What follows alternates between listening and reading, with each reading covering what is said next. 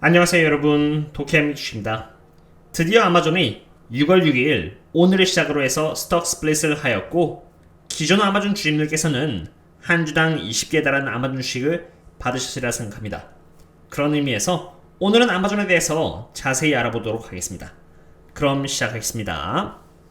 그리고 이렇게 좋아요를 눌러주시면은 제가 꾸준히 채널을 유지하고 분석하는데 큰 도움이 되니 많은 도움 부탁드립니다. 아마존은 지금까지 주식 분할을 총 3번 했습니다. 1998년 6월 2일 날 2대1로 분할을 했고요. 1999년 1월 5일 때 3대1, 그리고 1999년 9월 2일 때 2대1로 또 분할을 했죠.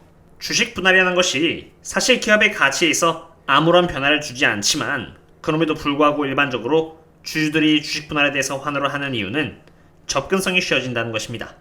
평소에 2,000달러에서 3,000달러에 달했던 주식이 20대1로 분할이 되면서 이제 100달러대로 떨어지니 훨씬 더 쉽게 대응을 할 수 있게 되고 더 많은 돈이 투자할 수 있기 때문이죠. 아마존이 지난 과거 분할을 총 3번 했는데요. 그때 당시의 주가는 어떻게 흘러가는지 한번 체크해 보겠습니다. 첫 번째는 바로 1998년 6월 2일 2대1로 분할을 했었을 때인데, 아마존이 상장을 1997년 5월 15일에 했다는 것을 감안한다면 제법 빨리 분할한 것 같습니다. 평소에 85달러였던 아마존의 주가는 43달러가 되면서 주식 숫자는 2배로 늘어난 것이죠. 그럼 그 이유가 중요하겠죠. 분할을 하고 나서부터 일주일 뒤인 1998년 6월 9일 아마존의 주가는 51.24달러를 찍었고요. 그로부터 한 달 뒤인 1998년 7월 2일에는 아마존의 주가는 124.02달러로 마감을 했습니다. 이러한 현상은 주식이 분할이 되면서 거래량이 더 많아진 것에 대한 결과이죠. 실제로 6월 초에는 800만 개의 주식이 거래가 되었다면 7월 초 때의 거래량은 2배 그 이상인 2,800만 개에서 5,400만 개의 거래량까지 기록이 되었습니다. 그럼 그 다음 분할인 1999년 1월 5일은 어땠을까요? 이때 당시의 주가는 354달러로 지난번 주식을 분할한 지 단 7개월 만에 7배 넘게 올랐다는 것을 볼 수 있습니다. 354달러 했던 주식을 3대1로 스플릿하면서 1999년 1월 5일날 주가는 109달러로 분할이 되었고, 그 다음날 주가는 138달러로 마감을 했습니다. 그로부터 한 달 뒤 2월 5일날 아마존 주가는 다시 115달러 떨어졌는데, 이번에는 한 달 만에 정반대의 상황이 펼쳐진 것이죠. 물론 분할된 가격보다는 아래는 아니었습니다. 그럼 세 번째 분할했을 때는 어땠을까요? 이때는 1999년 9월 2일로 2대1 분할이었고요. 이때 당시의 주가는 119.06달러였는데 분할하면서 57달러로 쪼개졌습니다. 그로부터 한 달 뒤인 1999년 10월 1일 아마존의 주가는 77.25달러까지 올랐습니다. 이제 6월 6일을 기준으로 해서 아마존 주식 분할을 공식적으로 하게 되었는데, 가장 마지막 주식 분할을 했을 때가 1999년도라는 것을 감안한다면 20년이라는 세월이 지나서야 드디어 스톡 스플릿을 한 것입니다. 아마존에 대해서 이야기를 할 때마다 항상 듣게 되는 대답은 한 주를 사는 것이 너무 비싸서 담기가 힘들다는 대답이었습니다. 이것은 저에게도 마찬가지였고, 사실 일반 투자들이라면 누구든지 느낄 수 있었던 부분이라고 생각합니다. 그런데 확실히 2,000달러에서 3,000달러 했던 주식이 100달러대로 떨어졌으니 거래량은 분할 비율 그 이상으로 많이 나오지 않을까 긍정적으로 생각해봅니다. 그럼 이제 여기서 궁금한 점은, 이렇게 주식 분할을 하게 되었는데 지금 주식이 저렴하냐 비싸냐라는 부분일 겁니다. 최근에 아마존이 보시는 것처럼 약 20%가량 올랐다가 다시 2.52% 정도 이렇게 떨어져 주었는데, 20% 올랐다는 이유만으로 아마존이 여전히 비싸다고 생각하신다면 그것은 투자들이 매우 쉽게 겪는 일반적인 오류에 빠지시는 겁니다. 참고로 말씀드리지만 주식의 가격이 비싸냐 싸냐의 기준은 바닥 대비해서 몇 프로가 올랐다가 기준이 아닌 실적 대비 주가의 상태를 보여주는 밸류에이션입니다. 20%가 올랐다고 해도 여전히 실적 대비 밸류에이션이 저렴하다면 그것은 저렴한 것이죠. 아마 아마존이 맨 처음에 이렇게 오르기 시작했을 때는 바닥이 여기인지 모르고 다시 떨어져 줄 것이라고 생각하신 분들이 많으리라 생각합니다. 왜냐면 여전히 우크라이나와 러시아는 싸우고 있고 물가는 높아지고 있으며 서플라이 체인 이슈는 계속되고 있기 때문이죠. 그런데 이러한 상승이 하루가 아니라 7일 넘게 계속 쉬지 않고 오르니까 기다린 게 아까워서 살 수가 없는 그런 함정에 빠지게 됩니다. 여기서 가장 운이 안 좋은 경우는 아마존이 이렇게 그냥 날아가 버리는 경우가 되겠고요. 운이 그나마 좋다면은 다시 떨어질 텐데 그 누구도 바닥을 알 수가 없기 때문에 결국 같은 레퍼토리에 빠져서 놓치게 될 겁니다. 그리고 항상 쌍바닥이 보이는 시점은 이렇게 한참 지나서 눈에 띄는 법이므로 차트 또한 100% 맹신할 수는 없습니다. 그럼 과연 오늘날 기준으로 해서 아마존의 주식이 비싼지 싼지 밸류에이션을 기준으로 한번 알아보도록 하겠습니다. 아마존을 Price Operating Cash Flow 기준의 멀티플로 보도록 하겠습니다. 참고로 아마존을 PE 멀티플로 보고 고평가라고 말하는 것은 부적절한 것입니다. 왜냐면 아마존의 창립자 제프 베이조스는 아마존은 순이익인 어닝에 집중하는 기업이 아닌 캐시플로우에 집중하는 기업이라고 했기 때문입니다. 그러므로 아마존을 평가할 때는 단순히 PE만을 보고 그냥 냅다 고평가라고 말하는 것이 아니라 현금 흐름인 Operating Cash Flow 또는 Free Cash Flow로 평가해야 하는 것입니다. 영업 현금 흐름인 Operating Cash Flow 기준으로 본다면은 2022년 6월 3일 기준으로 아마존은 22.03에 위치하고 있는 상태로 코로나를 제외한다면은 7년 만에 바닥에 온 것이나 다름없습니다. 한번 뒤로 천천히 가보겠습니다. 6월 3일 22.03에 위치하고 있는 것을 볼 수 있고요. 잠깐 이렇게 떨어졌다가 이렇게 뒤로 가면요. 32, 35, 30, 28, 26, 25, 27, 26, 28, 25, 22, 21 해서 20.5일이 바로 코로나 때였죠. 이때가 가장 바닥이었습니다. 그런데 이때를 제외하면요. 다시 25, 24, 23, 23, 25, 24, 28 비록 주가는 지금보다 훨씬 더 낮은 위치에 있지만 멀티플은 더 위에 있다는 것을 볼 수 있죠. 좀 더 가보겠습니다. 27, 28, 25, 22, 28, 31, 36 이때가 2,000달러 때였고요. 주가는 여전히 지금보다 낮은데 멀티플은 더 높은 상태라는 것을 볼 수 있습니다. 그리고 더 내려가 보겠습니다. 37, 35, 33, 35, 30, 31, 27, 28, 26, 24, 24, 25, 24, 21, 20.52로 2016년 3월 18일 아마존 주가가 552달러가 했었던 이때 당시가 20.52의 멀티플이었고요.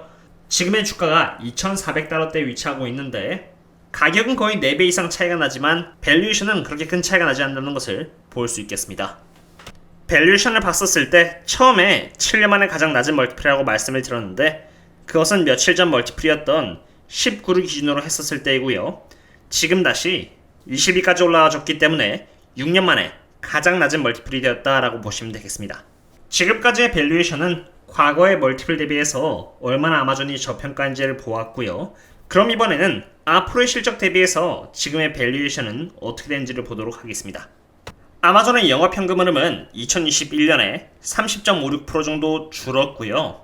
2022년에는 50.60%로 오를 것으로 예측되고 있고 2023년에는 36.29%의 성장률 2024년에는 29.57%의 성장률로 평균 29.86%의 영업현금 흐름 성장률과 함께 성장률이 견인될 것으로 예측이 되고 있는 상태입니다. 아마존의 주가가 횡보를 하면서 이렇게 떨어졌던 이유는 아마존의 영업현금 흐름 성장률이 코로나 때 수요를 보았던 시기인 2020년 대비해서 이렇게 30% 떨어졌기 때문인데요. 만약 2022년, 2023년, 그리고 2024년 많은 애널리스트들이 이렇게 예측한 평균 성장률에 만족하는 실적을 실제로 아마존이 보여준다면은 지금의 아마존의 22.03이라는 멀티플은 한참 저평가이며 충분히 26.87의 멀티플까지 올라 지금으로부터 40% 이상 오를 수 있는 포텐셜이 있다는 것을 보여주고 있다는 것을 볼 수 있습니다. 이렇게 되면 주가는 3,400달러까지 금방 회복할 수 있겠죠. 결국 모든 주가의 움직임은 가장 기본인 실적의 뿌리를 잡고 있습니다. 아마존이 지금 아무리 저평가라고 할지언정 미래 실적이 안 좋게 나온다면은 주가는 추가 하락할 수 있는 것이고 만약 실적이 개선된다면은 주가는 상승할 수도 있는 것이죠. 그럼 아마존의 실적을 한번 살펴보겠습니다. 참고로 실적을 보는 방법이라던가 각각의 지표가 담고 있는 의미 등에 대해서는 탄탄 아카데미의 제 개인 강의를 통해서 이미 말씀을 드렸으므로 간단하게 짚고만 넘어가겠습니다. 여기 매출액을 보시면은 2012년 1분기에 116조의 매출을 기록했습니다. 꾸준히 우상을 하고 있죠. 그리고 그로스 마진은 42%로 마진율 또한 그렇게 많이 빠지진 않았습니다. 이 두 개의 지표만 보면은 지금까지의 실적은 그렇게 나쁘지 않은 것처럼 보이긴 합니다. 그런데 영업이익을 보면은 영업이익이 제법 하락했으며 영업현금 흐름과 프리 캐시 플로우는 심지어 마이너스를 기록했습니다. 아마존이 집중하고 있는 지표는 영업현금 흐름인 이 두 개의 지표인데 이 지표들에서 마이너스를 기록한 것입니다. 그럼 이제 여기서 생각해 봐야 합니다. 아마존이라는 기업이 대단히 사업을 잘하는 기업으로 알고 있는데 어떠한 이유에서 이렇게 영업현금 흐름과 프리 캐시 플로우가 마이너스를 기록했는지에 대해서 말이죠.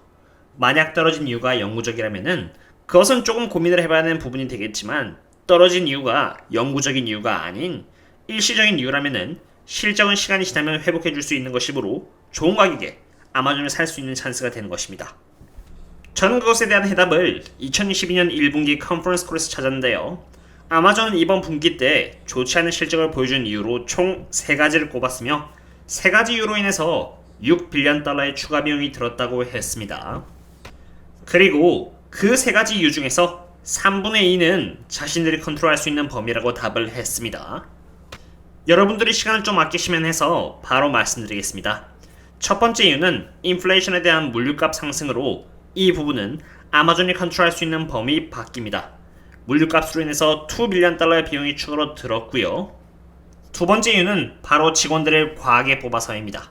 보시면은 2020년 대비해서 아마존만이 이렇게 2배 이상의 직원을 많이 뽑았다는 것을 볼 수 있죠. 경쟁사인 월마트, 타겟, UPS 또는 페덱스 대비해서 훨씬 더 직원을 많이 늘렸다는 것을 이렇게 볼 수 있습니다.